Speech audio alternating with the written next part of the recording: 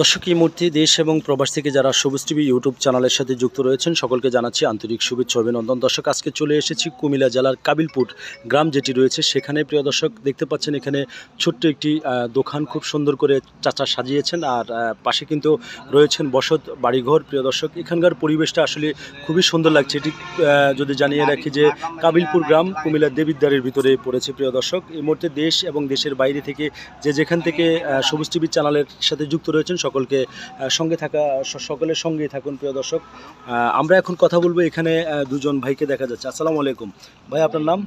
জাহাঙ্গীর। জাহাঙ্গীর ভাই, দেশের বাড়ি কোথায়? আমার বাড়ি লক্ষ্মীপুর জেলা রায়পুর থানা। লক্ষ্মীপুর জেলা রায়পুর থানা। এখানে কেন আসছেন? এখানে আসছি গাড়ি নিয়ে আসছি, আমি গাড়ি চালাই, পেট্রোলের মাল নিয়ে এসেছি, সোয়াবিন। আচ্ছা, তো এখন এই যে দোকানটা যে একেবারে ভিতরে, মেন রোড থেকে ভিতরে, তো কিভাবে চিনলেন? আমি তো এই জায়গা নতুন আইছি, জিজ্ঞাসিলাম একজনকে, জিজ্ঞানোর পরে বলছি যে এখানে ভিতরে একটা দোকান আছে। চা খেতে এসেছেন না? চার মানটা কেমন কাকার চা দোকান? মোটামুটি ভালো হয়েছে চা।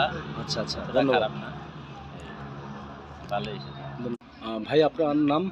আমার শরীফুল ইসলাম। শরীফ ভাই, কোন জেলা থেকে এসেছেন? নোয়াখালী জেলা ভাই। নোয়াখালী জেলা থেকে। কি গাড়ি ড্রাইভ করেন? জি ভাই। ও আচ্ছা, মাল নিয়ে এসেছেন কোথায়?